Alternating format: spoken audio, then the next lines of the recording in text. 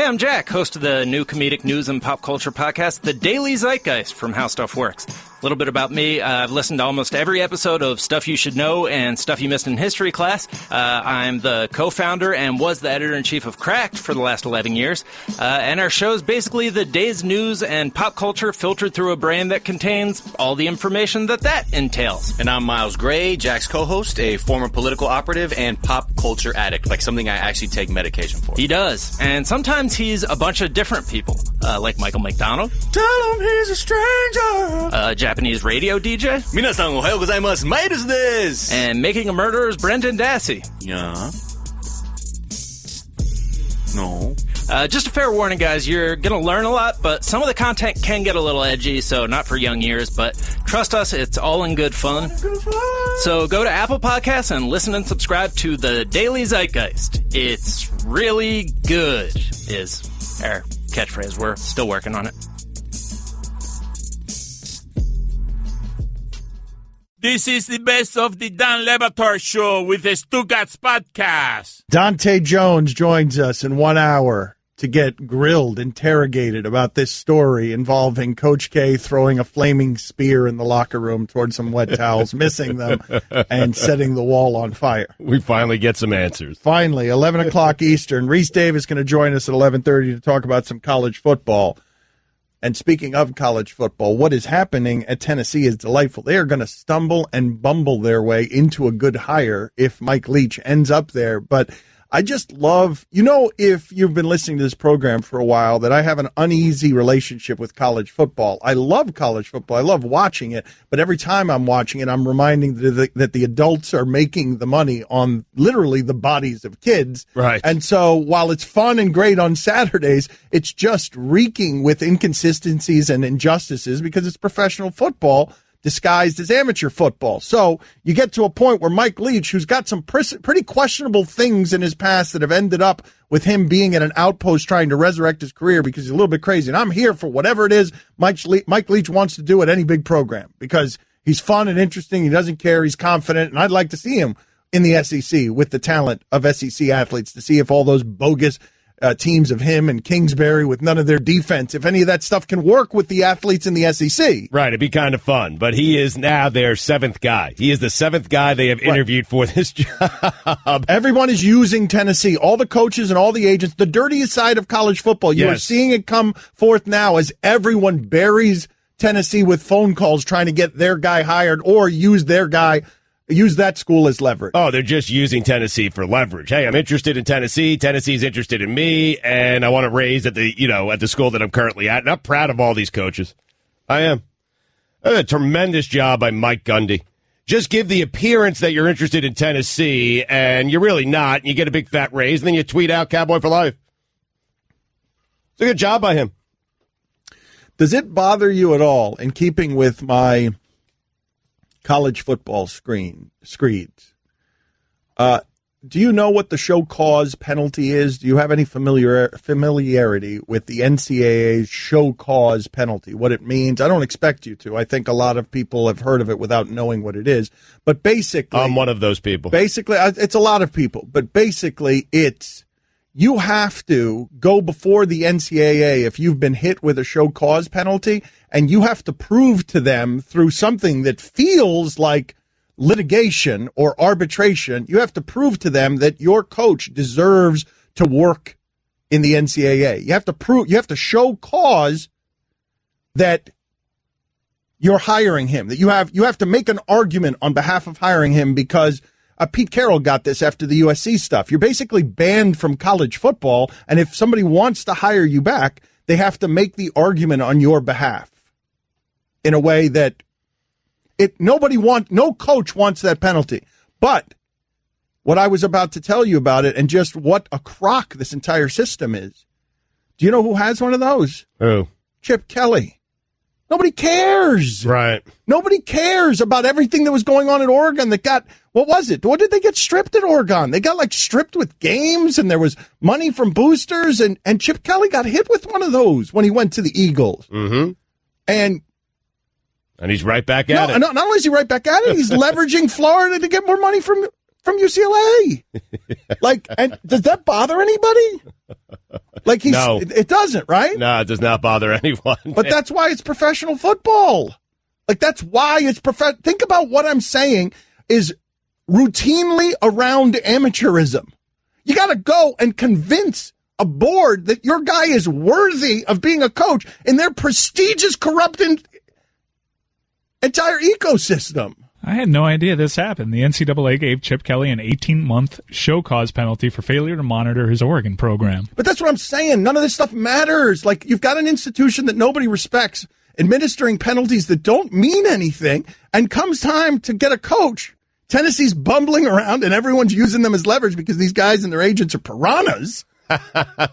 And you got Chip Kelly, and nothing about amateurism actually matters except making sure the kids stay broke. Right, it's the only thing they care. That's the only consistent thing. Like, you don't care that your higher educators have to go before people and basically on a knee genuflect and explain why they're worthy of being in your club after being expelled from it. I don't care about that. But what Don't pay those kids, though, man. Okay, but can I ask you a question? What teeth does the NCAA actually have when this is the place that we're in? Look, I don't know what's true with Mike Leach. Mike Leach had a back and forth with this company. Craig James got fired. I don't even know any of the details. I don't know as many of the details as I need to about whether Mike Leach was right there or ESPN was right there. But regardless, there was a controversy involving whether or not Mike Leach was locking the son of Craig James in a shed of some sort. Yes. That was the controversy at the time. Yes. So it got him gone from Texas Tech and made him hard to hire for a while, which is how, like, this guy was the offensive genius, right. Made him hard to hire, which is why he is now at Washington State. Correct, where he's only 38 and 37, by the way, but Tennessee is desperate right now. Craig James announced that he was leaving ESPN to run for Senate. Okay. Again, I said on the front end, I don't have all the details on that story. I'm not interested in all the details on that story. I just know that Mike Leach for a while got gone from Texas Tech and ended up like in outposts when he was a coveted candidate. A, because he's a little bit crazy. B, because he had some stuff on his resume that people didn't want to bring onto their campus. Just in terms of publicity. And I know Mike Leach has fought all that and has written in books or a book that he didn't, that he was not in the wrong on any of that. But I just watch what's happening with some of this stuff, Stugotz, and it makes me uncomfortable. It makes me uncomfortable that you're proud of these coaches for being assassin businessmen in something that is not supposed to be a business, Stugotz. Like, that they're able to do this. It's a business for them, though, I know, Dan. Those are the rules. I know, but it's not supposed to be a business. They keep telling us this isn't a business. That's how the kids stay broke. Right. I mean, listen, that's how the adults keep getting all the money. Because the money's there. It's just the coaches are getting all of it. You've heard me for years say, I can't stand the coaching fraternity, especially at the college level, and these guys should be wearing ski masks, and I think they all have an annual, kind of gala where they get together and they just laugh because they're just taking everyone for a ride. I think it's ridiculous, but it is the business, and they make the rules, and they're doing what anyone would do in that situation. Okay, but you understand why it would make me uncomfortable that there's a big, giant business running atop of all of this where this kind of stuff is present. You can't say that what I'm doing, you're allowed to not judge it if you like, but you can't say that what I'm saying doesn't feel a little unseemly. That all of it might be business. You might file it under business as a rationalization, or maybe you like to do unseemly business, but you can't argue against what I'm saying, which is everything that I'm putting in front of you. You're like, oh, come on. Yeah, I'm not going to argue it. It's gross. It's absolutely gross. Well, what else is like this, though? Porn? Like, what? I don't know. Is college football second only to porn in terms of what we will put aside for our enjoyment? Put it on the poll, Guillermo. Is college football second only to porn in terms of what we will put aside of our moralities just to get our pleasure?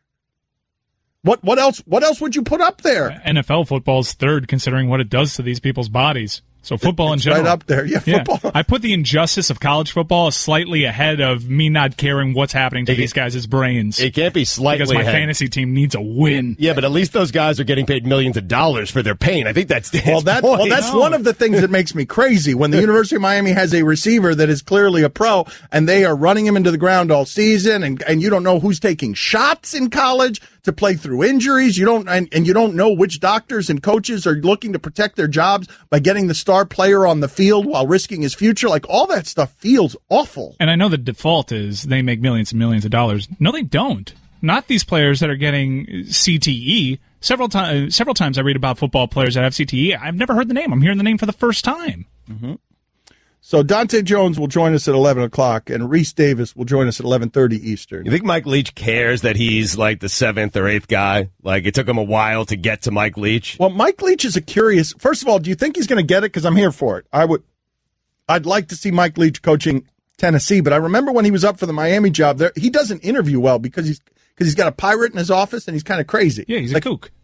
He doesn't... Like, something happens with the interviews. But if I were Tennessee stumbling around where you get Gundy a bonus at Oklahoma State. You get the NC State coach. NC State didn't even want to keep him. And that guy's like, if I could just parlay this into another year on this job, I'm going to parlay this Tennessee job into NC State giving me a little more. I never really got why he was in Washington State, understanding the program, and he had a bit of a tarnish on him, so he needed to rebuild his good name. But that high-powered offense in an environment that's always rainy, it just doesn't make sense. There are now reports that John Curry, the AD, has been fired. That makes sense. ESPN Radio is presented by Progressive. The end of John Curry's career has been a real disaster. And I should give credit there to Wes Rucker, who is a senior writer at Go Vols 247. Okay, so we haven't independently verified this as a... no, wait a minute. He's got a blue check mark, man. That's not how this Don't works. Don't ever do that again. I'm just saying there were reports. Okay, you didn't say there were reports. You just did. ESPN doesn't report stuff that way. I don't know. I felt like I had to get someone credit there. I know, but when you gave them credit, I realized it wasn't the New York Times, and I was like, oh, that doesn't have any credibility just because it's a blue check mark. Your journalistic principles are total disaster. It's got a check mark. How many followers does he have? Hold on, let me check. I'm not saying he's wrong. I'm just saying you have to put the responsibility of this on somebody. He's not the only one tweeting it, but hold on. I'll tell you how many followers he has. Hold on. Because if this is like 4... He has 62,000 followers. Feeling a little bit better about it. I was hoping for like 9. Yeah, me too. I was hoping for 9 and an egg because Stugotz didn't make that distinction. Stugotz, it comes across his timeline. He's just reporting it. No. I got it from a text, and then I Googled it, and then I clicked on that guy's Twitter, and that's how I got the news. He only has 2 likes. It's weird. Oh, he's got 3 now? It's a little weird, right? I mean, 3 likes. How many likes do you have?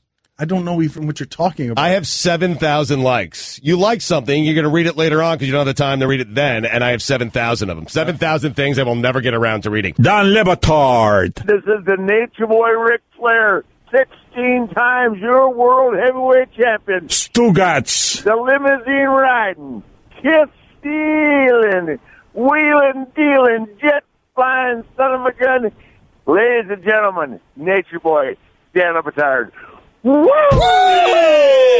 This is the Don Le Batard Show with the Stugotz on ESPN Radio. We got a lot of things to get to. Mike Ryan is getting weird texts from his father. I forgot to get to that yesterday. Oh, yeah. We'll get to that in a second. Stugotz just told everyone here that he fell asleep during Book of Mormon. I did. Book of Mormon is blasphemous, but it's great. Is it the South Park guys that did it? Yeah, Matt Stone and Trey Parker. I mean, it's a lot of fun. Snooze fest. I'm surprised that you fell asleep during that. It's playing in Miami. Man, Book of Mormon. Guillermo, put it on the poll because I've fallen asleep during Phantom of the Opera. That happened to me.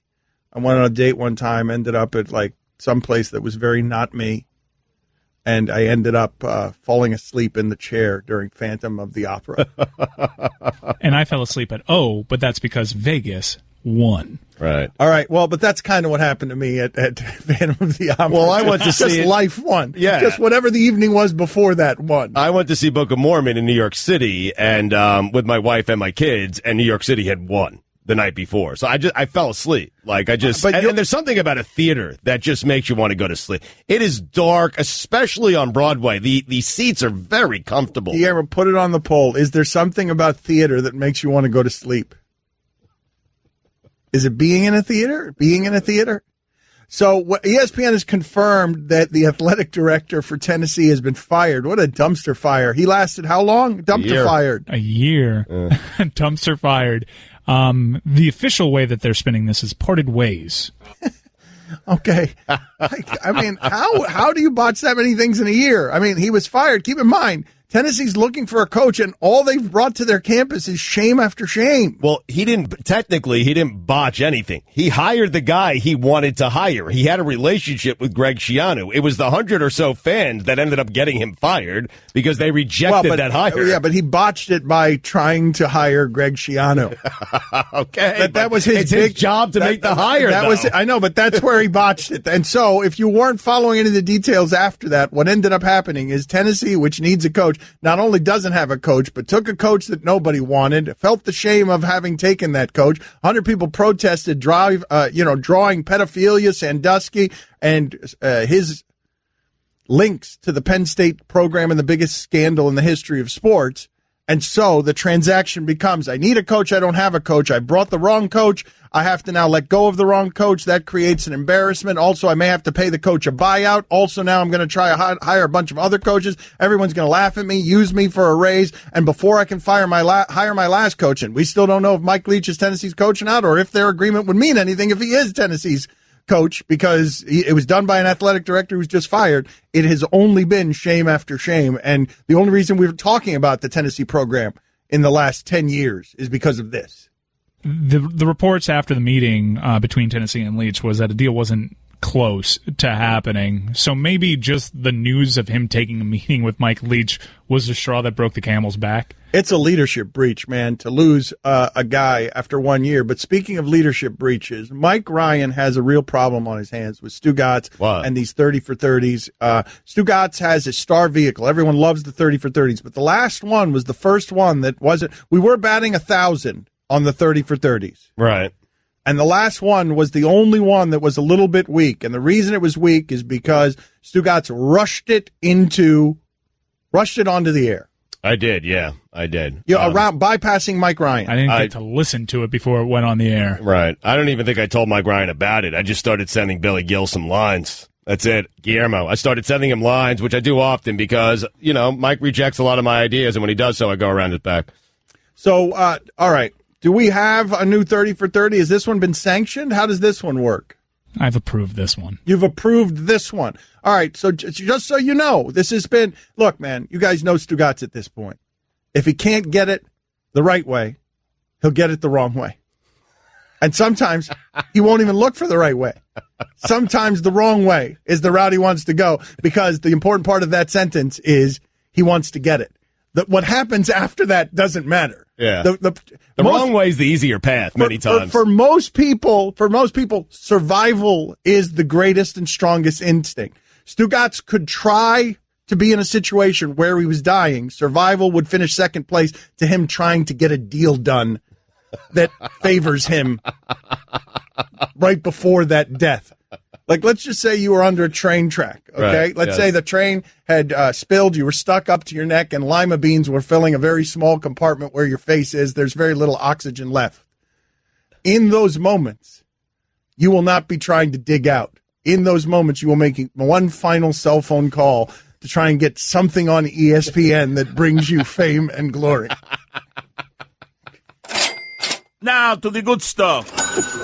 I can't deny that. Okay, so we're going to play Stugotz's newest 30 for 30 next, because he's doing it way too much, and he's circumventing all the protocols around here, all the breaches in order to get them done. Every story, I mean, big, little, doesn't matter. I try to produce a 30 You have had about 1,000 30 for 30 ideas in the last week, all of them bad.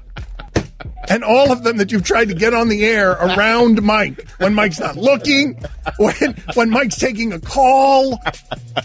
I want to do one on this guy, John Curry. I mean, that's what I'm saying. Everything that happens in sports, Stugotz wants to immediately do the star vehicle that brings him more laughter, more attention, more glory, and more praise. Don Batard. Texter writes in, does Rob Ryan chew his food? No. He swallows pizza whole. He eats pizza like a pelican. Stugotz. The way that Rob Ryan eats pizza is he goes down and he grabs the crust with his mouth, and then he flips it up in the air to himself and then swallows the piece of pizza whole without any chewing, and just sort of wiggles his head and neck around so that it slides down. The eating pipe. This is the Dan Le Batard Show with the Stugotz on ESPN Radio. ESPN Radio is presented by Progressive Insurance. The Dan Le Batard Show is brought to you by Pennzoil Synthetics, taking synthetic motor oil performance to a whole new level. Make the switch to Pennzoil Synthetics today. Guest on the Dan Le Batard Show appear via the Shell Pennzoil Performance line. Here's your SportsCenter update. Tiger Woods returned to competitive golf yesterday. Saw him score a nice 3-under par 69 in the first round of the Hero World Challenge. It was his first score in the 60s since playing in this tournament a year ago and left him just 3 strokes behind tournament leader Tommy Fleetwood and in a tie for 8th. Tennessee has parted ways with athletic director John Curry. And finally, Conor McGregor is now apparently a target of the Irish Mafia. For all the latest headlines and information, tune in the SportsCenter on ESPN Radio all throughout the day. Guillermo, put it on the poll. Are you interested in seeing where this goes with Conor McGregor and the Irish Mafia? And also put on the poll, please, at Le Batard Show, what's more surprising? Stugotz falling asleep during Book of Mormon, Dan falling asleep during Phantom of the Opera, Mike falling asleep during O. O and Book of Mormon are really good. I don't know about Phantom of the Opera. I slept through it. It might have been. I seen it. It's all right. All right. So, I wonder what you do before we get to this 30 for 30. What the hell do you do if you've got Washington quarterback situations, Stugotz? Like Kirk Cousins has 3 straight seasons with 20-plus touchdowns, but he never wins a game that is important. And I don't like doing the measurements based on winning, but the guy is just good enough to have you never beat anyone who matters. Right. It was odd to hear Collinsworth rave about Kirk Cousins and his play last night while they were getting beaten, 38-14. Like he was raving about his play last night and him as a quarterback. Man, there are not many good quarterbacks in the NFL. There are not many guys who are good at doing this. I feel like he's pretty good at doing this. $34 million a year, pretty good? Yeah. No. Dan, someone's going to give it to him. I don't think so. No, I don't think that someone's going to give him $34 million a year. I think Washington has sort of handled this. They've kicked this can down the road. You've seen Washington has been saying we're going to take these last 5 games to evaluate him, as if you don't already know what Kirk Cousins is. You're going to base it on these last 5 games, is a report from the NFL Network on Kirk Cousins. And the $34 million figure a year, he's not going to get that from somebody. He's going to get a big contract from somebody. He's not going to get right. No, the $34 million is because they franchised him twice, and if they do it again, they got to give him $34 million for next year.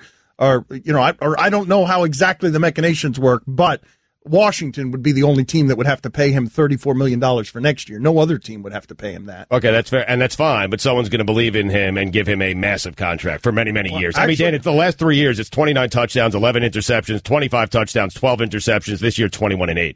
I mean, that's pretty good. Yes, it is. And there's not a lot of guys who are good at this. Do you want him? You're a Jets fan. Do you want him? He'd be the best quarterback. I'd be more excited for him as my quarterback than any quarterback we've ever had. So, yes, I would want him. But Dan, think about who my quarterbacks have been. Like, you're asking the wrong guy. I'm a Jet fan. Of course I would want Kirk Cousins. All right, put it on the poll, Guillermo. Would you be excited if Kirk Cousins was coming to your team? Mike, you're a Browns fan. You're in a similar situation as me. Nope. You wouldn't want Kirk? Nope. Really? No, not falling for this. It's such a bandage, Stugotz. What are you winning? Well, Dan, who's he playing with? Like, to me, the only way Kirk Cousins gets you close is if it's Jacksonville, or like if you're a place like Denver where you just need someone who's more competent than incompetence. Those are the situation where it works. I've been doing a lot of losing as a Browns fan for a long time, and the light at the end of the tunnel better not be Kirk Cousins. Well, that is totally Stugotz short-sightedness when it comes to his team and just wanting names. Because he would want Kirk Cousins as the Jets quarterback. And you know what you'd be when you got him? Washington. Maybe. Maybe. Look at the Jets skill guys, too. Right. They're not very good. You're right. But right now you'd be Washington in a weaker conference, and Washington in a weaker conference is certainly a playoff team. Well, there you go. Not only would you be Washington in a weaker conference, but you'd be Washington in a harder division, right? Because the Patriots are atop it. It's not actually a harder division. The Washington's division is harder, but you're not going to beat the Patriots because you're not going to beat the Patriots with the Jets and Kirk Cousins as your quarterback. Yeah, you're a wild card as long as 12 is taking snaps for New England. I'll take a wild card. 75 touchdowns, 31 interceptions over, basically 3 seasons. I'll take it. Okay. But you see my quarterback play. Well, but you're only now you're getting to 8-8. Congratulations. Or are you getting to 7-9? Did they make the playoffs one year with Kirk? They did. Yeah, they did. Yeah. Stugotz, I don't believe he's got it. Last I checked, this might have changed since, but he doesn't have many wins against teams with a winning record. Wait, did they? I know that they sort of had a playoff game against Green Bay, right? Was that Kirk Cousins? Has Kirk Cousins played in a playoff game? We don't even know.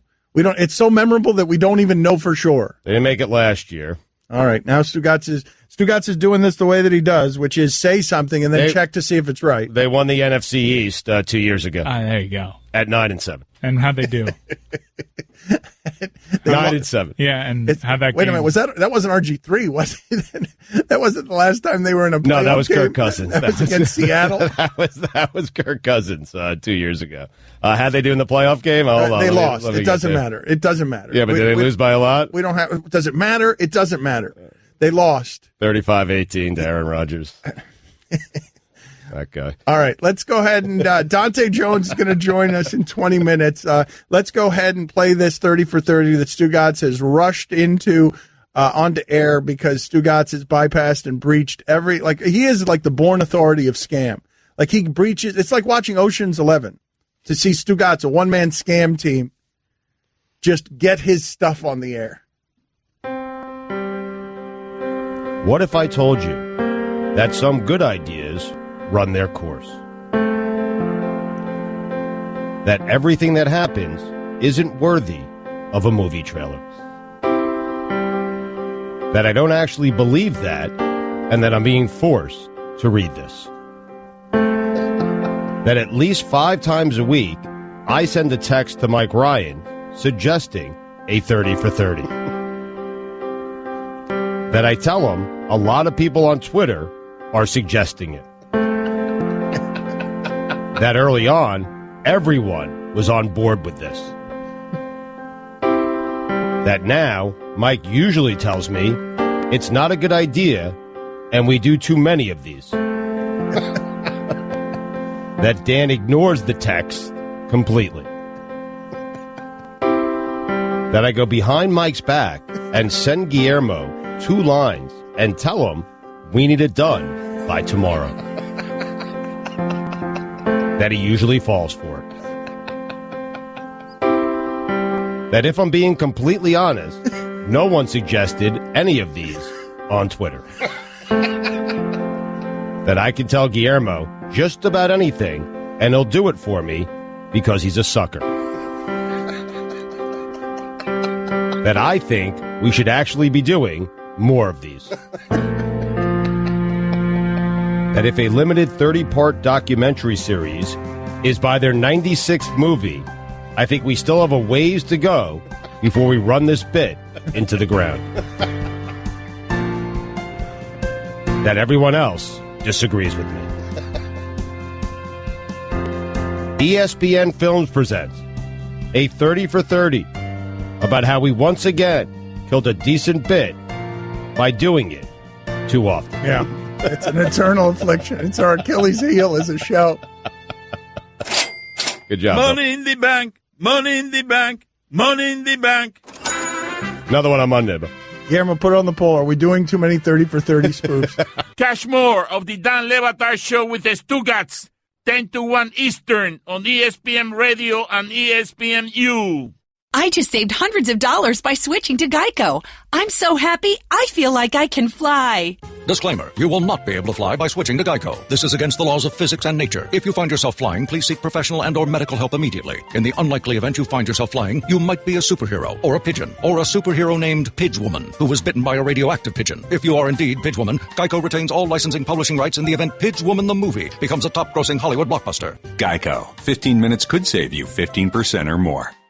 Dan Le Batard. Chris, what was the funniest thing from the sports weekend? I got Tyron Smith, I'm sorry. They were talking back here, so they were making me a little nervous. Don't make excuses. Tyron Smith holding a football in his hands. It was It looked so small. Stugotz. Wow, you limped in with that effort, Chris. I got rattled right before I went on air. I'm just going to turn my mic off. All right. This is the Dan Le Batard Show with the Stugotz on ESPN Radio. ESPN Radio is presented by Progressive Insurance. Now you can test drive Snapshot even if you have insurance with another company. See how much you could save before you make the switch. Dante Jones is going to join us in just a minute here on the Shell Pennzoil Performance Line. Get to the bottom of this Coach K story. Here's your SportsCenter update. Tennessee has parted ways with athletic director John Curry. The NCAA banned the Ole Miss Rebels football team from playing in the postseason again next season, and the Rebels also received additional scholarship deductions in the ruling the university received from the NCAA Committee on Infractions on Friday, sources told ESPN. And finally, Applebee's is selling $1 Long Island iced teas for the rest of the year. $1? It's amazing. How do you even do that? $1 Long Island iced teas? Yep, they're doing it. For all the latest headlines and information, tune in to the SportsCenter on ESPN Radio all throughout the day. I'm going there right now. Can I leave right now? What are the consequences? Applebee's a big ESPN sponsor, right? What are the consequences if I leave right now because I just heard that they've got a deal on $1 iced teas for the rest of the month, and I want to spend $1,000 before the end of the month? Leaving me alone to finish the show? Those are the consequences? Yes. All right. With Dante Jones. We won't do it because Stugotz, during the break, I'm not making this up. What happened? I'm not making this up, Mike Ryan. I'm not making this up, Guillermo. Dan, a lot of people on Twitter want a 30 for 30 on Tennessee before the end of the show. They do. That just happened. Everyone. All my mentions flooded. You tried that one earlier this week, don't you remember? It was terrible. That's how that But now last there's some new started. wrinkles here, you know? Is Dante Jones there? Have we found him yet? He's disappeared. We have the 3 dots on the text right now. Okay. Possibly backtracking because he heard what this was going to be about. He is totally hiding from this story. Okay, we will it's try ringing and right find now. him. I will give you some backstory as to why he might be a little shook, though, because I tracked down Andy Means on Twitter that says Andy Means is, by the way, a former walk-on. He was on the team the same time that Dante Jones was, and he says that there were several inaccuracies in Dante's story, not to mention the embellishments of lighting the whole floor on fire, and also embellishing we could have died. But yes, he confirms the motivational tactic did occur. I'm going to tell you on the front end of this interview, if he embellished it, I don't care. Sometimes a story needs embellishment. Most times stories need embellishment. And if that's what Dante did in an effort to make your TV show more entertaining, I am good with it. All right. Well, let's. Is he there or is he not there yet? Allison's yelling right now, and she's losing some points in her Happy Fest. Okay, so before we get to Dante Jones, then, can you just play the last time a story like this came under this kind of scrutiny on our show was Martellus Bennett was telling us the story of a fight he got in childhood. And I didn't care whether the details were true or not. I was amazed by the details, and the key to a good lie is in the details. So I'm okay with Martellus Bennett telling this story this way. So I'm from A-Leaf, which is kind of rough in Houston, but then we moved to Kingwood. My dad got the job at Enron, but then Enron shut down. So then we moved back to A-Leaf. And a bunch of kids in the area we moved to, they didn't know me and Michael were from there. So they thought we were like 2 black kids from this rich area called Kingwood. And so they had these 2 kids, this kid named Sabinus, and he was just watching us move our stuff. And my dad was like, "You're going to have to beat that kid up." And I was like, "Dang, Dad, I just moved here. Why am I have to beat him up?" And like a couple of days later, I'm outside practicing basketball, working on my free throws. So they come up, I'm trying to make friends. I pass him the ball. He boosts my ball down the cul-de-sac. So at that point, I was like, man. So I just jogged. I'm like, I can work on my conditioning right now. I'm trying to be positive. So I jogged down and go get my balls. 2 of them wanted me.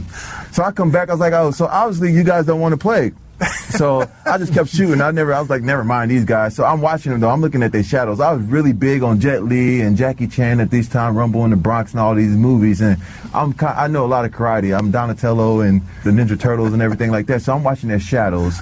And while I'm dribbling, you're supposed to look up when you dribble, but I'm looking at the ground, so I'm watching them because I feel like they're going to try something. So the Sabinus, he kind of tall kid, he ran up on me. I let the ball bounce, and I just hit him with an elbow, and then I hit him with a back fist like this, bam! Then I turned around, squared up on it, and his homeboy was like, oh, snap! Hey, you messing with the wrong kid today. So I started whipping up on him. Bam, bam, bam, bam. So I'm whipping him up, right, and his homeboy not jumping in. So he falls down, hit the ground, he's just laying there.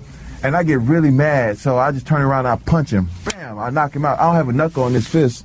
to this day because of that. I had a hairline fracture in my wrist from punching him. So I go into the house after I knock him out. He's sitting Indian style in my driveway. I go tell my dad, I was like, Dad, I knocked that kid out you don't like. And he was like, where he at? And he's getting out, putting his robe on, going outside. So I'm like, he's outside in the front yard. So by this time, the whole neighborhood's out. So my dad goes, Martellus, whoop him again. So now I have to whoop him in front of all the neighborhoods. So I get back up. I beat him up in front of the whole neighborhood. Bam, bam, bam. I'm whooping. I'm nice with the hands, too. You know, this is part of Bennett tradition. You have to be nice with the hands. So I whoop him again. So I knock him down again. Then my dad's like, drag him home. So now I grab him. So then I grab him by the leg. And I drag him 4 blocks to his house on the concrete. He's all skint up. His butt was skint up. But they never met. No one in the neighborhood ever messed with me again after that.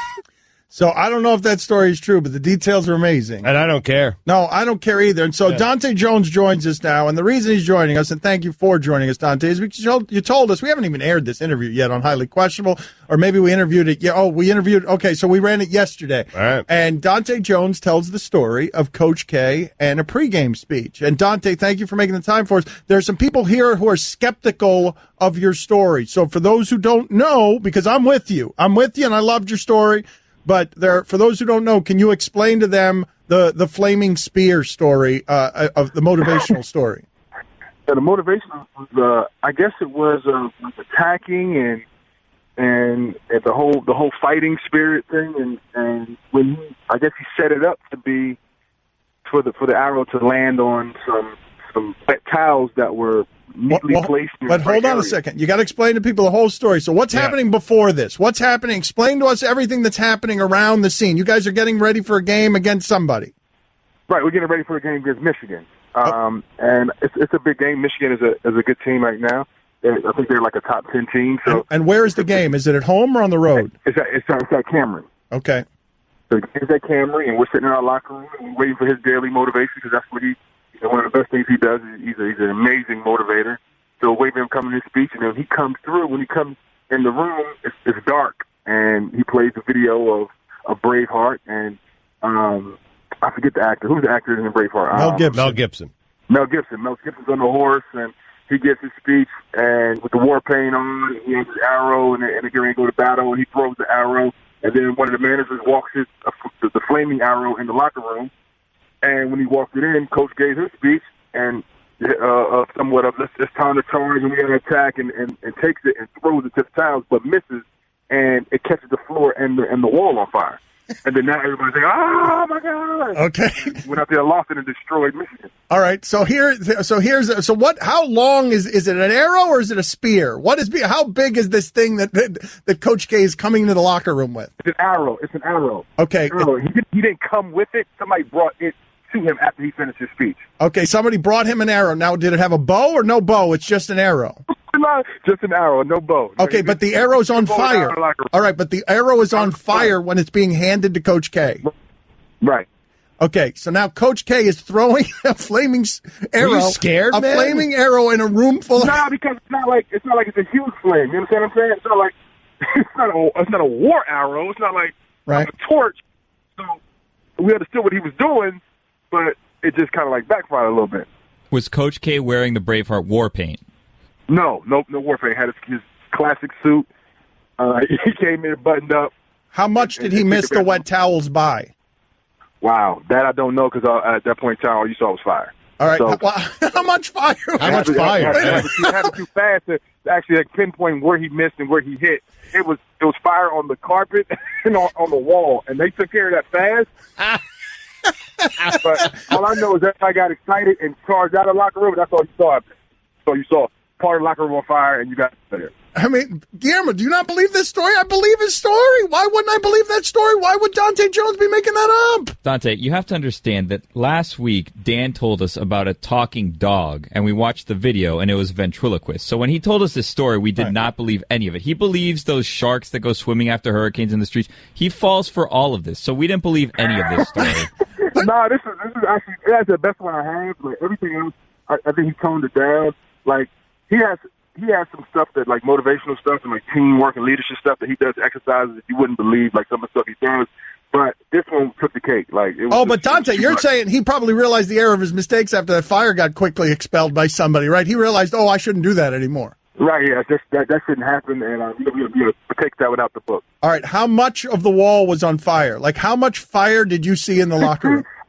I know as I saw fire. When you see fire, you don't calculate how much fire you're seeing. Right, you run. Yes. Right, you run. Yes. What a great sentence. It was like cool fire. How much fire? What a great sentence. When you see fire, you don't calculate how much fire there is. Wall fire. We out here. It's such a, you just run out. You're right, Dante. You just run out. It's such a good point. But time out. What I do as I'm looking at this, and I'm trying to remember what he did have was a manager with a fire extinguisher. So always prepared to get it out. So they had a fire extinguisher on hand, ready for this. I believe it, man. I believe every detail he's giving. But here's the problem, and I don't care if you embellished it, if it's a complete lie. I don't care because it's a great story. It's a great story either way. But Andy Means was a walk-on. Do you know Andy? He was a walk-on at Duke when you were there. Yeah, I know Andy. All right, he's disputing your entire story. All right, well, no.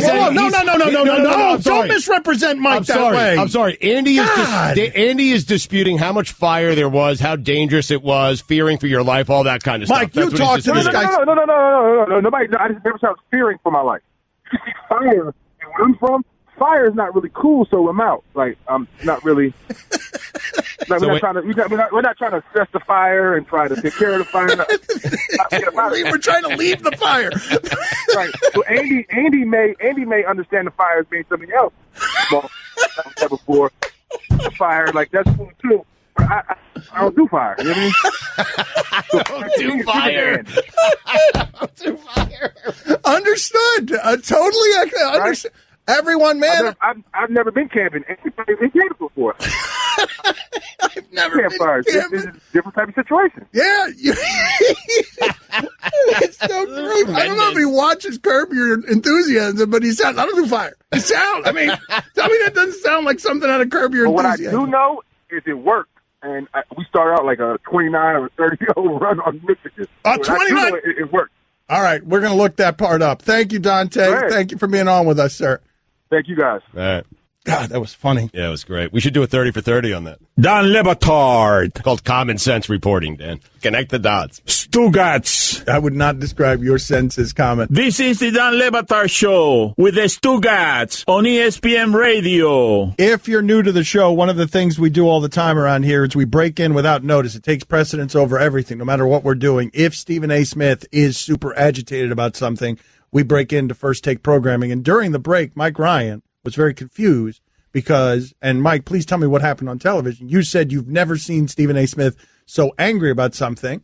No, I've never seen Tim Tebow so mad about something. I would have had that happen while we were on the air, Tim Tebow would have gotten the Stephen A. scream, and we would have gone live to Tim Tebow yelling at Max Kellerman. Well, about what? This college football playoff, man, it has people passionate and angry. What is Tim Tebow yelling at Max Kellerman about the college football playoff? I thought Max had a good point, because Tim Tebow is, if Wisconsin gets in over Alabama, then stop saying it's the 4 best teams in the college football playoff, because it's flatly not. And Max is like, chill out. That's sports. The best team doesn't always win. You got to win the game to get there. Wisconsin deserves to be there. And Tim Tebow was not having any of Max's sass. Well, because Tim Tebow's all about winning, and he's still. Let's go up on him because he's still agitated. Let's see if we can hear from him now. You're going to have everybody competing the entire year. Every game matters. Every game matters. That's right. What you're saying right now is it's every game doesn't matter. What you're saying is if you get hot at the end of the year, the beginning of the season doesn't matter. And I hate that. Every game should matter. Spring practice should matter, Stephen A. Excuse me, Tim Tebow. The fact of the matter is everybody, you can't play everybody. If you got a school that doesn't want to play you, what are you going to do? Tell these ADs to show up and have some a little bit of fortitude and play some big games. Why? Because it's good for the university. I agree with that. It's good for recruiting, and it's good for college football. I agree with that. But if you have Guillermo, put it on the poll. Did Tim Tebow want to say balls there?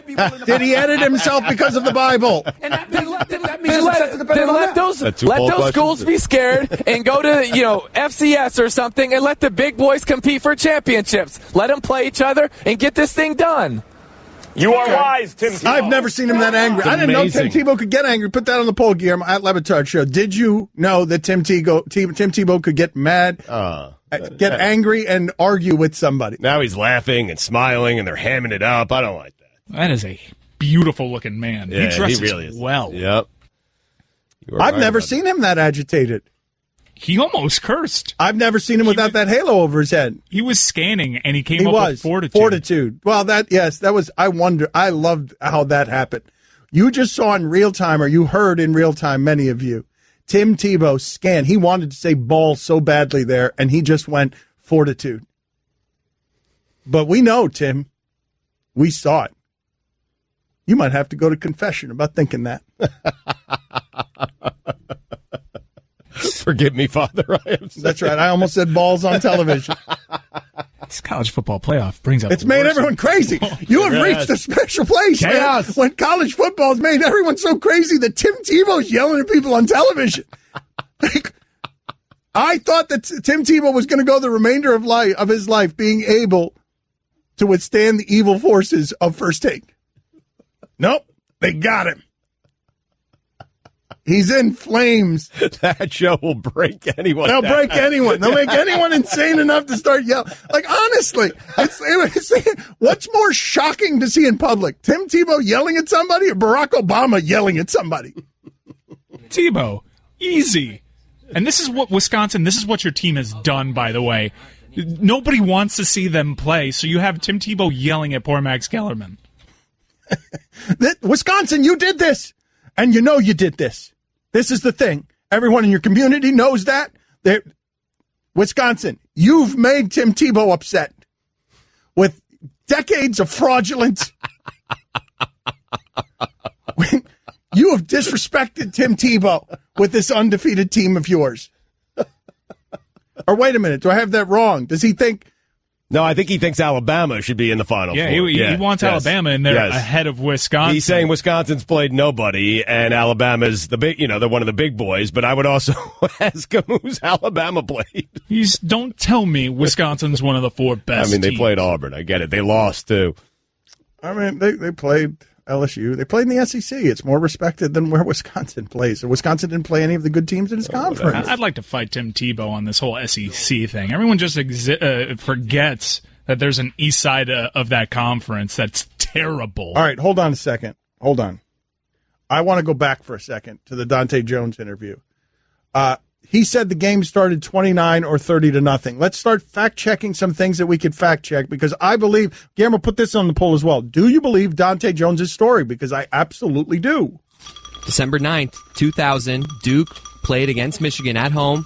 They started off 34-2 run. He was a redshirt, so he wasn't playing, but that's the story he's talking about. 34-2 run, and what was the score at halftime of that game? 59-18. So after Coach K threw an arrow, he downgraded it from a spear to an arrow. He did. But that's an important detail. Do you now believe the story? Are you more likely? We had a lot of cynics around here yesterday. Do you now believe the story more? The whole story was a flaming spear when it was first told to us. An arrow, right. Much different. Okay. Much more believable, okay. yes. All right, well, wait a minute. Well, hold on a second. Do you have the portion of that interview where Dante Jones was absolutely sounding like Leon Black from Curb Your Enthusiasm? How much fire did you see in the locker room? I know as I saw fire. When you see fire, you don't calculate how much fire you're seeing.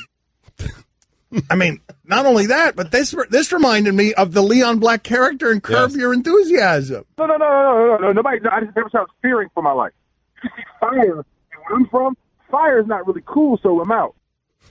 Come on. Fire's not really cool, so I'm out. Sounded just like Curb Your Enthusiasm's Leon Black. Dan Le Batard. Peyton Manning and Eli Manning, they don't miss games. As Calvin Johnson retires early, it is pretty amazing to think how at the center of the violence, the Mannings don't get hit, right? Stugotz. No, you don't.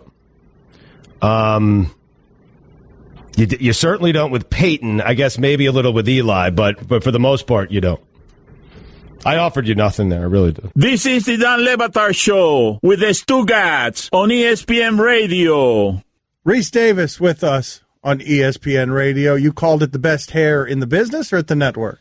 It's certainly, he has the best hair of anyone at ESPN. Oh, you said America. Actually, you said that America. goes without question. Right. I maybe I got carried away with America, but certainly at ESPN. We'll talk college football with him in a second. But Reese, first, thank you for joining us. Whose hair at the network do you look at and say that hair is better than mine? Nobody. That's an easy one. I mean, come on, man. Yeah. I mean, I don't look at anybody's and say that it's better. I mean, Steve Levy has a big, thick head of hair, but I'm not sure that it's better than mine necessarily. You know, Golick has like a wiry head of hair. It's thick and luscious, but I wouldn't necessarily say it's better than mine. How about Will Kane? I mean, I think yours is better, Reese, but Will has a nice head of hair. No, you know what? He's certainly on the podium. That's for sure. He keeps his coiffure in order, and I don't know what to think about a man that doesn't keep his coiffure in order. Who else is on the stand? Who else is on this ESPN stand of we're giving medals for hair? Like, who are the three people? Is Marty Smith up there?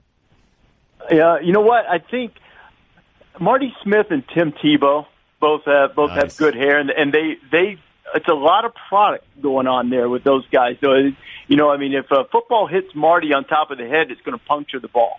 You know, but that's still, your hair has to be strong to be able to withstand that level of product.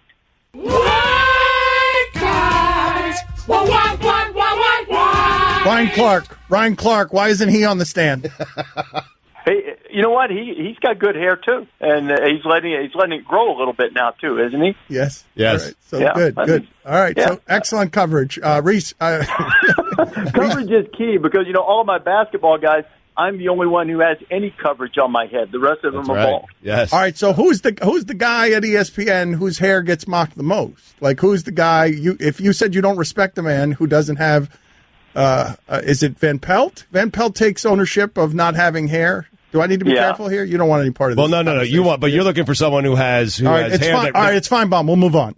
Let's go. Feinbaum probably needs to do a little more of the Billis action and just go ahead and trim it up nice and tight there on the side. You know, you right. Excellent advice. Yeah.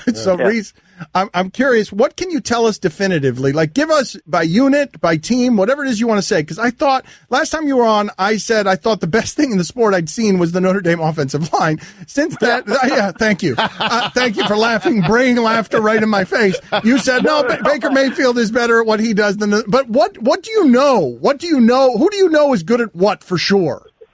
I know this for sure, that the Clemson defensive front is the best position group in college football. Now, obviously, Baker's the best individual, and I think Baker's the best player. But that group, I know, will show up. And that's the one thing I think that we can know from Championship Saturday is that front four from Clemson will have an impact on the game. You know, will it be enough? I think it probably will be, but that's and you weren't totally wrong about Notre Dame, by the way. It's just Miami sort of took their swagger and their mojo, and they haven't been the same since that night. That's how Miami used to do it in the old days, but then Miami goes to Pitt. Like, I think Clemson, to me, their resume, beating all those bowl teams on the road, their resume says they're good. Can you explain to me what happened at Syracuse? Because I didn't understand watching that game how Syracuse was able to throw the ball against Clemson. Well, if they have a weakness, and they had some injuries in the secondary and still do, but if they have a weakness, it is in the secondary, particularly relative to their guys in the front. So Syracuse hit some big plays, and really there's no explanation for it, Dan, because Syracuse didn't win another game after that night beating Clemson. I know their quarterback got hurt, but they didn't win again.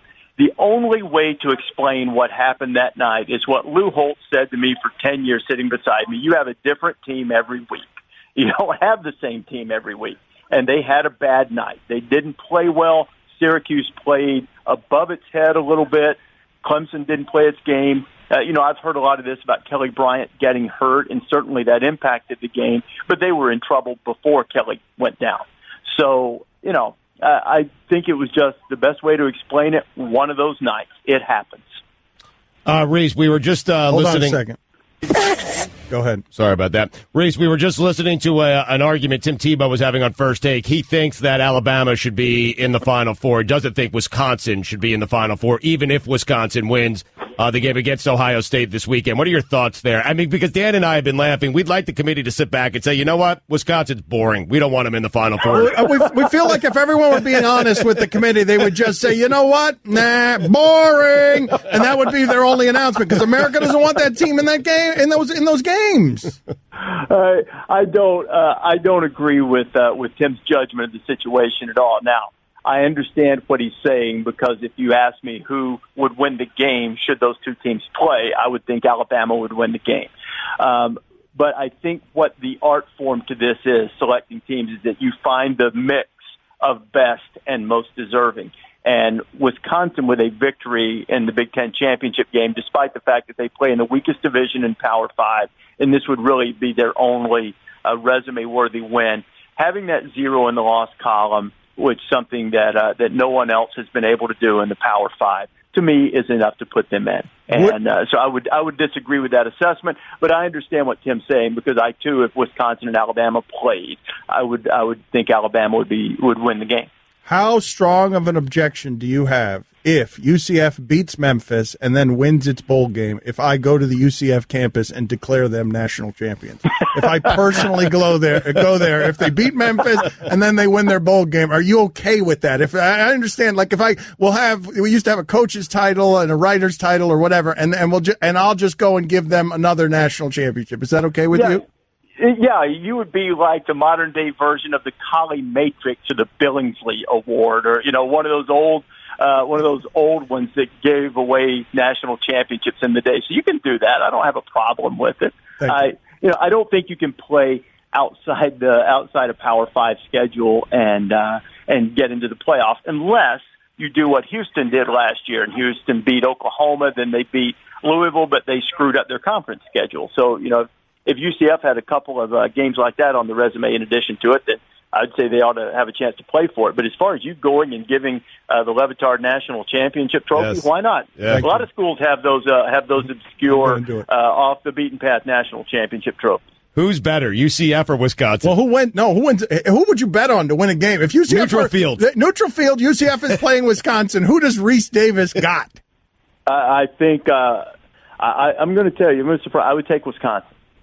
Because I think Wisconsin's been a little bit undersold on defense. Now, would it be a blowout? Would I be stunned beyond belief if UCF won? No, because I think UCF is going to win its bowl game. They're probably going to go to the Peach Bowl. I think they're going to beat Memphis tomorrow, and they'll probably play a team from the SEC. And before UCF fans get all up in arms and think that I'm about to go the disinterested route, which I am, let me say this. Even if the SEC opponent or whoever it might be, major conference opponent they played, even if they were interested, UCF could win the game. But when you also factor in that it is going to be highly unlikely that they are locked in and focused on it, then I think UCF is probably going to make an emphatic point, maybe not to the degree that TCU did a few years ago when they beat Ole Miss by 1 billion, but I think I would favor them to win their bowl game. But if you told me UCF, Wisconsin, playoff game, money on the table, I'd lean Wisconsin defense, because I think the Wisconsin defense is a little bit better than people give it credit for. I mean, you're wrong and you're a quack, but that's okay. And we will all prove you wrong when I am declaring them the Dan Batard National Championships on their campus. But national champions, I want to know if you are surprised that Tim Tebow was just screaming at Stephen A. Smith on television about college football, screaming at him. He looked angry. Are you surprised by that? Yes, because I think it doesn't take a lot to get Tim passionate, but to get him angry on TV, it surprises me a little bit. This is what he did. He said somebody didn't have and he was going to go there, and then he said fortitude to do something. But he was going to say that some committee members didn't have he almost went grapefruits, but he had to edit himself. Really? Yeah. Oh, yeah. Yeah. He was going to say balls. Was it about the Wisconsin thing? Yeah. Yes. And he was screaming at Max he was screaming at Stephen A. Smith, who was really mad about it. Yeah. That's I'm surprised by that. But look, Stephen A. knows how to push a button or two now. You know that, Dan. Well, that show will do it to you, Reese. That show will break you, man. That show will break you. Reese, thank you, sir. We appreciate it. All right, guys. See you later. You want more of the Dan Le Batard Show with the Stugotz? Tune in starting at 10 Eastern on ESPN Radio and ESPNU. Dan Le Batard. Stugotz is kind of morally bankrupt. Stugotz. That's fair. This is the Dan Le Batard Show with the Stugotz on ESPN Radio. ESPN Radio is presented by Progressive Insurance. Guest on the Dan Le Batard Show appear via the Shell Pennzoil Performance Line. Here's your SportsCenter update. Tennessee has parted ways with athletic director John Curry. Miami Heat center Hassan Whiteside has a left knee bone bruise and will miss the next 1 to 2 weeks as he undergoes a strength and conditioning program, according to the team. And finally, Larry Bird has been named Best Picture by the New York Film Critics Circle. Congratulations, Larry. For all the latest headlines and information, tune in the SportsCenter on ESPN Radio all throughout the day. All right, this is the worst part of the week for all of us here. Amin Elhassan last night in crushing fashion. Amin Elhassan went to the grid of death.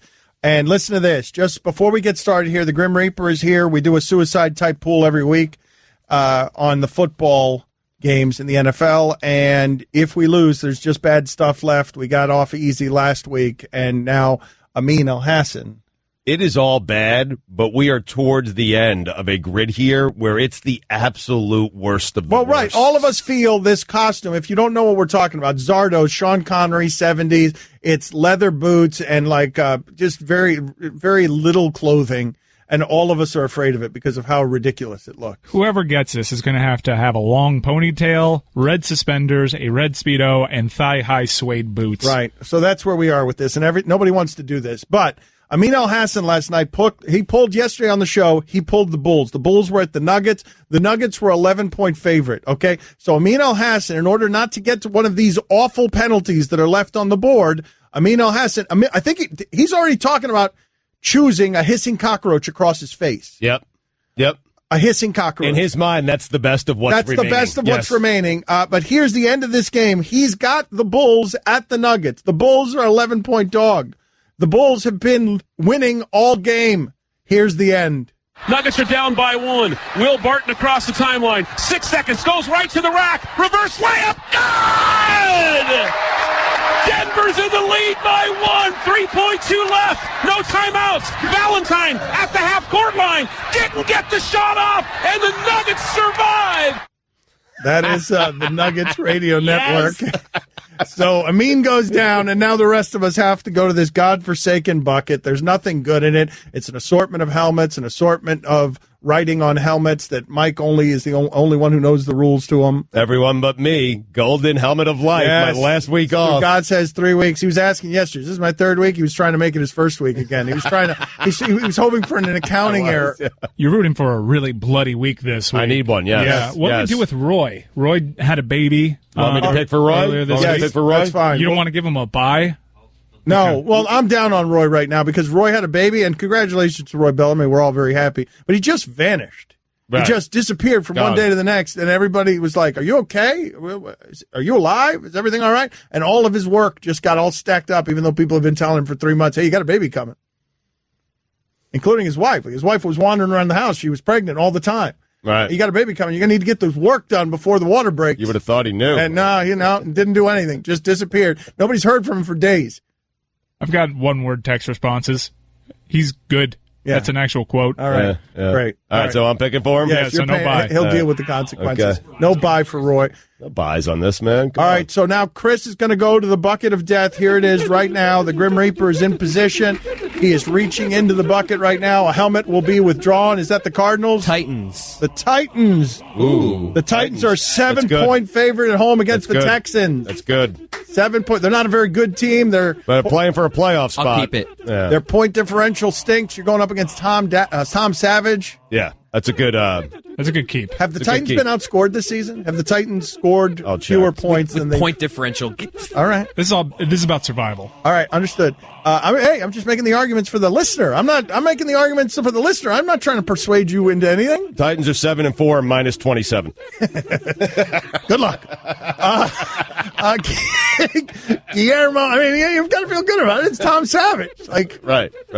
Guillermo's now reaching into the bucket. The Texans are -2. 4-7. The Texans are slightly better. Golden helmet of life? No, Jaguars. Oh, man. I saw the gold. No, yes, Golden helmet of life. Don't follow up on that. The Jags, 9.5-point favorite That's a at good home one. against the Colts. I'm going to keep this. Yeah. I need blood That's this good. week. Let's go. Oh, I saw so much gold there. I was excited. Billy, Billy's got 7 losses this season. Like, every time Billy goes into that bucket, he contracts leprosy. Like, it's amazing. I'm 6-6, and I got 3 wins 2 weeks ago just by picking the golden helmets. That's right. You've had a bad year.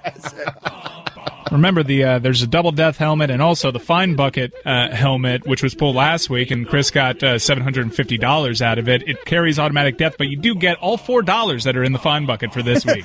All right, let's go. What, $4? I owe a couple of bucks from yesterday. I think it's $6. Mike Ryan is reaching 7. into the bucket right now. Golden helmet alive! There's the golden helmet alive! Wow. Go play the sound. Do your job instead of celebrating it. Play the sound. Nice job. Golden helmet of life. That guarantees you avoid Zardos, man. Pretty much. Good job Unless by I you. get the swap. Oh, no! Or unless Roy does. I don't have a glove, though. Just let you know. Okay, hang on. Oh, I need a Really? glove. One of these disease-ridden gloves? Here, I'll pick first. Come over here while you're getting Stugotz a glove.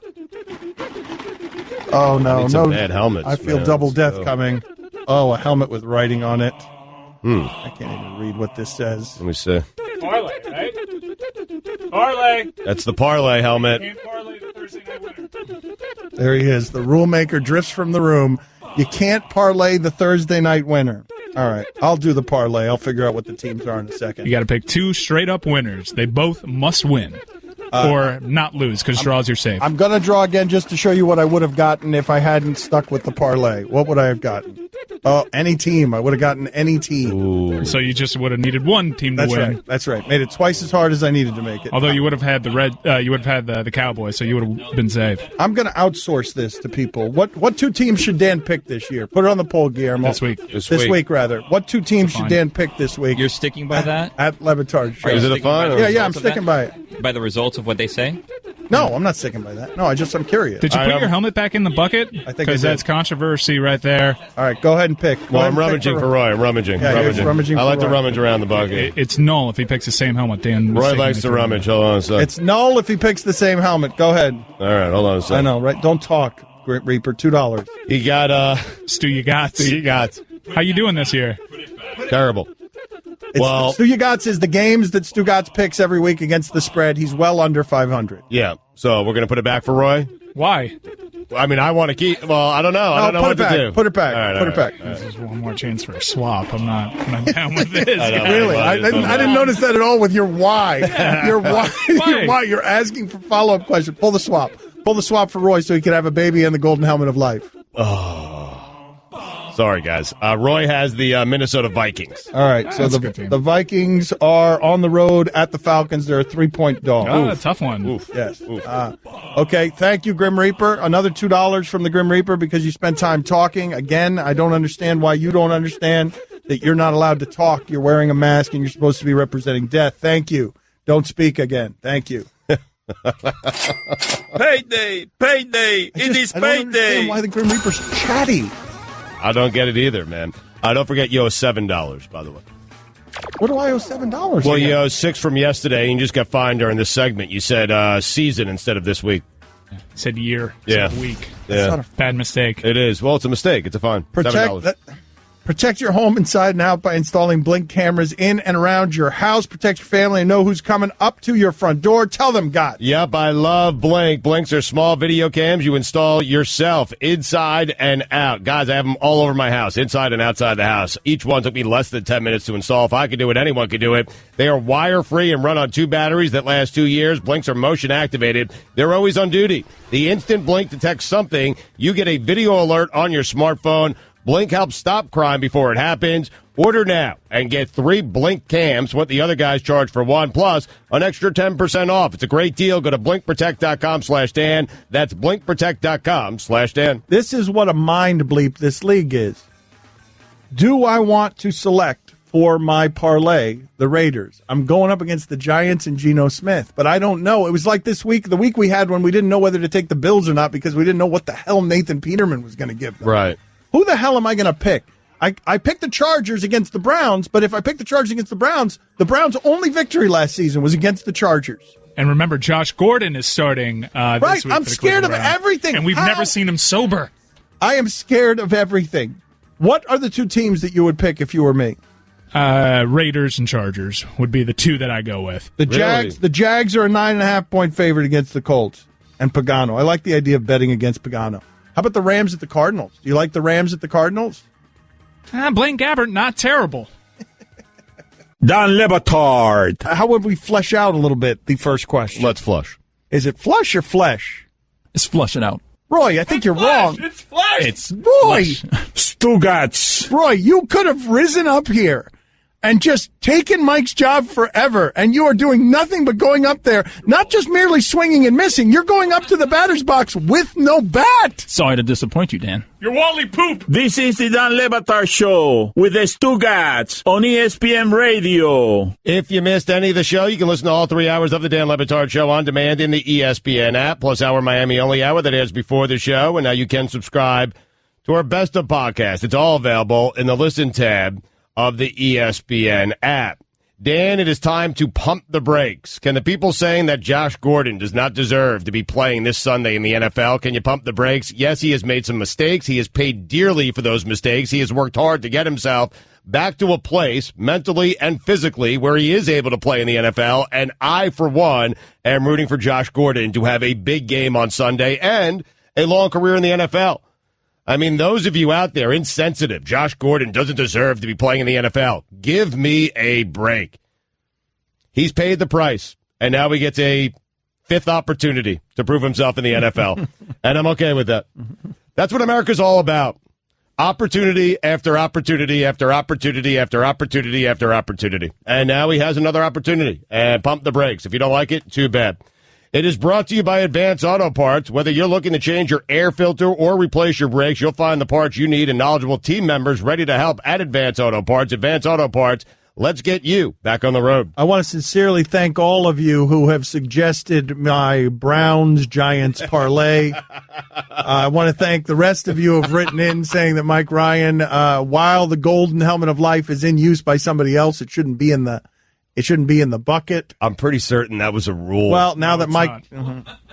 It's not a rule. You mean now it's not? Oh, you guys would like that rule, yes? Yeah. You guys want that rule? Hey, here we go again. Yeah, actually, I do. He's going to start snapping at everybody. This thing is such a mess. I'm telling you, this thing is a poison. If you want to see how locker rooms fall apart, just listen to that bucket of death segment, because Guillermo was yelling in the background, put it back when Mike selected it, and nobody was happy for Mike Ryan. It was like watching Terrell Owens catch touchdowns. Right. Nobody was happy for Mike Ryan when he got the golden helmet of life. Whenever there are disputes that relate to me, we call Sarah Spain, and they usually result in bad things, worse things for me. Notice how Mike doesn't want to call Sarah for ruling on this, but that's interesting. I'm guessing if we did, that Sarah would rule in favor of Mike, and somehow I'd be doing something ridiculous. Well, what you're doing, you're trying to change the ruling, because it's always been you've always been allowed to. I don't know what the rule is. You've always been allowed to pull the golden helmet of life. You've always been allowed to make the rules, is what's happened. That's the only always we've had. Well, you know what? That's still the case. And that rule's so still should we call Sarah? Put her on the poll, Guillermo. Are you kidding me? Get Sarah, get the hell out of here. Should we call Sarah about the golden helmet of life? To change a rule when something good happens to me.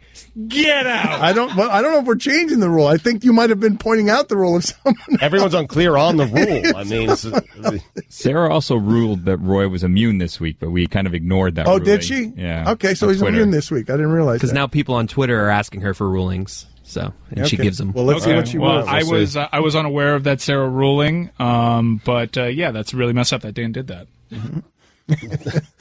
I mean, the thing's a poison. There's no disputing it. Like, it brings no joy to anybody in here. No, we have legit tension. No, yes, it's awful. Yes. It's awful. Nobody likes it. I wanted to get into a handful of things here that are going on with the Giants and Giancarlo Stanton, Stugotz. This is a crazy situation where you've got the National League MVP. Here's the backstory for those of you who don't know. The Miami Marlins were owned by a very unpopular man, and Derek Jeter has come in here and he has done an assortment of things that very quickly, what was supposed to be a rejoicing in Miami, people have realized that Derek Jeter is starting out in a worse place than the previous owner because he's not spending and he keeps botching things. And you keep hearing all sorts of stories around the Marlins where he doesn't know what he's doing. He has, and how could he, right? Because he's totally new in the job. Never done it. And that he's surrounded by people that it's different. It's difficult for anybody with the Marlins to even get close to him. Right. Like he's just surrounded by people. And so he's he's negotiated this deal where he's gotten a baseball team because he's Derek Jeter. The money is low. And baseball, like I would love to see an investigation of everything that happened there to see how baseball just gave that team to Derek Jeter because they wanted Derek Jeter to have a team. Derek Jeter doesn't have the money to do this. If his name's not Derek Jeter, I wonder if that person does have a team. Make it Paul O'Neill. I don't think he has a team. Well, there are a number of things that have happened here that have made it so that Derek Jeter is in a position where he is losing some of his golden PR sheen in Miami. Why would Major League Baseball allow this?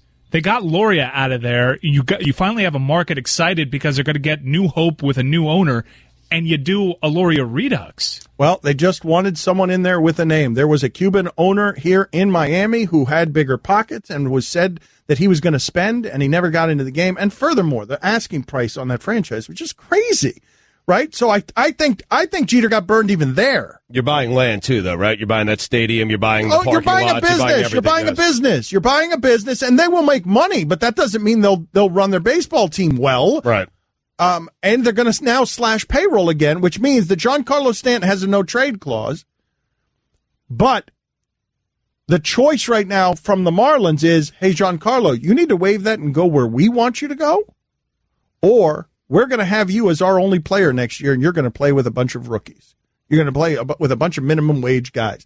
So they are trying to threaten him on a contractually earned no-trade clause that had to be put in an unprecedented fashion by the Marlins because of how little anyone trusted the previous ownership. Correct. To keep anyone. They're essentially saying you're going or everyone else is going. But this one's interesting right now because we saw this with Carmelo Anthony and the no-trade clause. Very few players in basketball have no-trade clauses.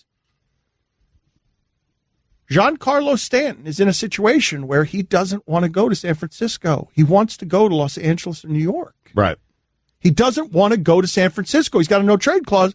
But the Marlins and Derek Jeter, with a general manager in place that's from the previous regime, because Derek Jeter has fired everyone else except this one guy who's made the previous mistakes and is still in charge as the general manager of the team, now the trade they want is from the Giants. They don't want the trade from the Yankees or the Dodgers. They want the trade from the Giants. And so now what do you do if you're Giancarlo Stanton? Because they're doing this with the National League MVP. They are trying to strong-arm him on something that he contractually negotiated specifically because he didn't trust the people before these people. Are they looking at the Giants farm system and saying that's the farm system? No, the three, it's the second baseman and two really top prospects. They like what they're getting from San Francisco. I don't know what the other offers are. That's not my point. Okay. My point is the player has the power and a contract clause. Right. And they're telling him, we'll give you your money, but you will either play in Miami in an empty ballpark surrounded by a bunch of guys on minimum wage. The pressure they're putting on him is like, you're going to be the reason we got a bad team. You're going to be our right fielder, but you're going to be the reason that we can't give you any help whatsoever. You're going to play with a minor league team, and it's going to be you out there in right field. I think the fans down here know better and would side. Whatever fans the Marlins do have would side with Giancarlo Stanton and not Derek Jeter in that situation. If I'm Stanton, I just wait and I go to I wait and force their hand. Trade me to one of the places I want to go to. That's it. That's what I do. An interesting thing pointed out by John Morales, the local meteorologist down here, part of the reason they can't afford Stanton's $25 million next year, Wei-Yin Chen and Edinson Volquez are making $31 million because of Michael Hill, the general manager that's still making these decisions. Who did you just credit for that information? John Morales, no, local what was hero, No. Yeah. For the people who don't know who that is, I want you to again credit your source on that information. I just want this segment to end. This is how I want this segment to end, Guillermo. Right before you pay $2 for your microphone contribution here, I want this segment to end with the description of the person that you reported that information from. So I want you to give me that information again, and I want the last words on this segment to be according to whatever factually accurate thing you can say. Another interesting fact about this, Dan, part of the reason they can't afford Stanton's $25 million is because they're paying Wei Yin Chen and Edinson Volquez $31 million, a deal made by their current GM who they're keeping. That's courtesy of John Morales, local meteorologist. Don Le Batard. It's over, dog! It's over, dog! Stugotz. Cavs by 15. Oh! This is the Don Le Batard Show with the Stugotz on ESPN Radio. Watching highlights of last night's Cleveland-Atlanta game. I keep expecting LeBron James to fall out of his prime. Nope. I keep waiting for LeBron James to fall out of his prime. He's playing so many minutes, and he's playing better than he ever has, and he just erased everyone at the end of that game against Atlanta. But this can't possibly become a Tom Brady situation where he goes to an impossible age where you keep waiting and waiting. Tom Brady can get by not being a physical specimen in his sport as long as he's smart and so has the arm. What LeBron's doing, he's still the best athlete on the court. There's no evidence that this human being is aging, that there's no evidence that this human being playing an unprecedented amount of minutes is showing anything in the way of deterioration. It's absolutely amazing because you're right. He's never played better. When you look at his percentages from 2 and from 3, maybe one of the best seasons he's had in his career at the age of 32. What's he shooting? What's he shooting? Is he shooting 60% from? Is he shooting 60%? He's shooting 58%. He's shooting 42% from 3. 42% from 3 is one of the league leaders. That would make 42% will put you among the league leaders. Dan, he's been above 40%. He's been at 40% once in his career. That part I don't get. He had one season where he couldn't shoot at all. He had one season recently in Cleveland where he couldn't shoot. 2015-16, he was 30% from 3. 30%.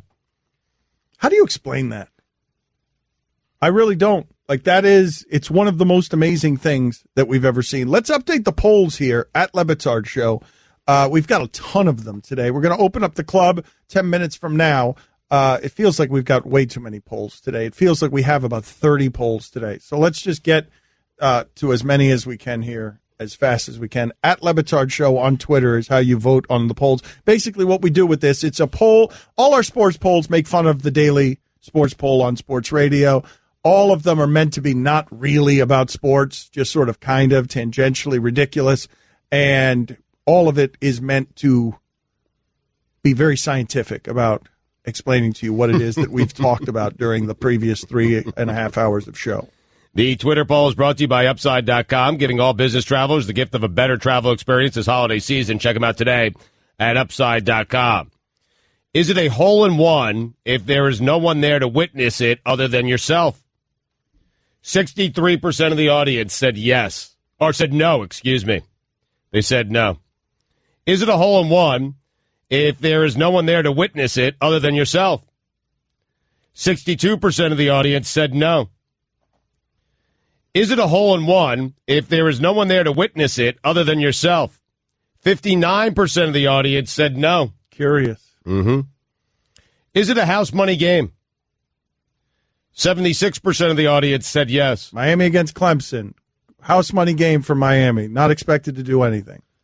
Has Derek Jeter ever answered a question? 91% of the audience said no. Wow. It's funny. It's overwhelming. The 9% think feel like he has? I would like to know the question that he's answered. Is A-Rod going to end up being more popular than Jeter? 69% of the audience said yes. Nice. It's amazing.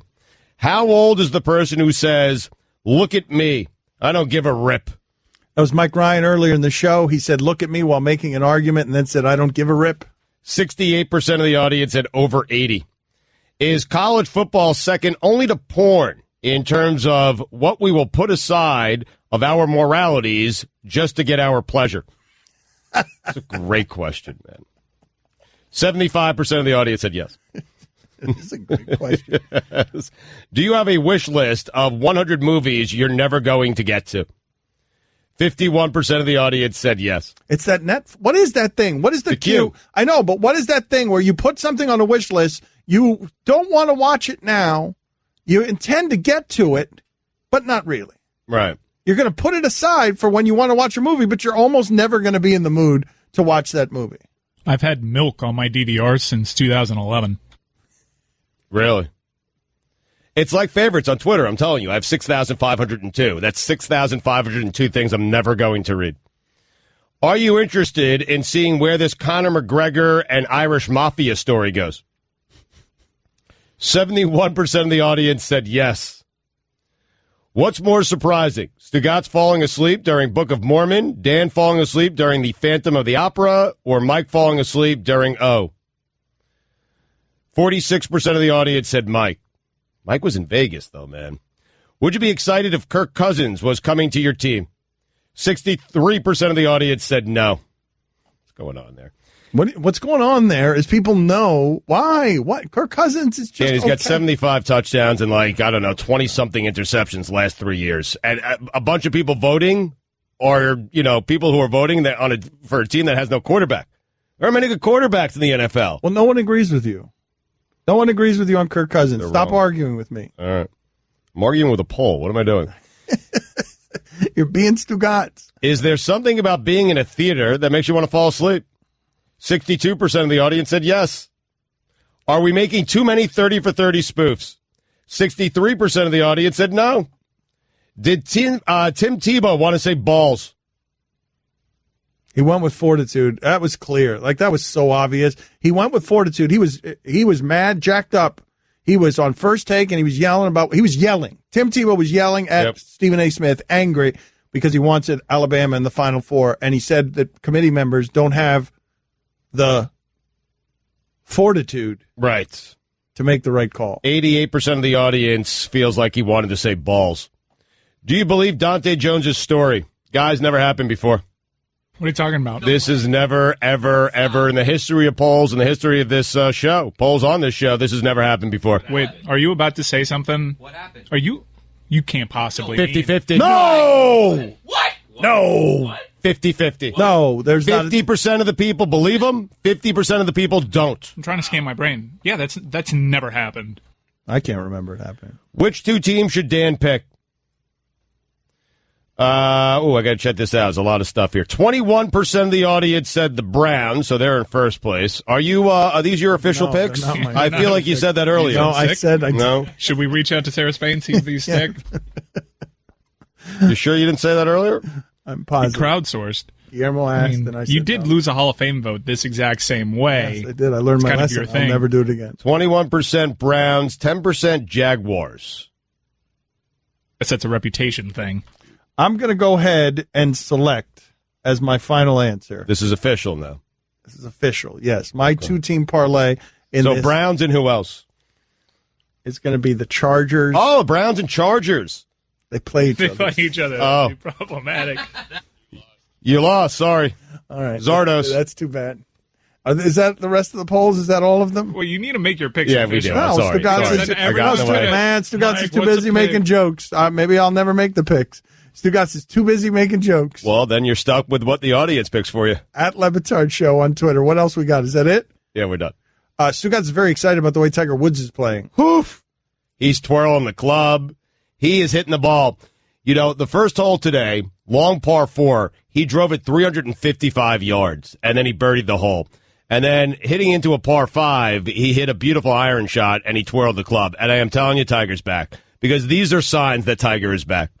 Twirling of the club, drives over 350 yards, and he just looks confident. And it's the old Tiger swing, and I'm very excited. I'm going to go home and watch it today. Guillermo, put it on the poll, please. Is the twirling of the club the signal that Tiger Woods is officially back? Yes or no? At Le Batard Show. You can listen to the Dan Le Batard Show with the Stugotz 10 to 1 Eastern on ESPN Radio, and you can watch on ESPNU.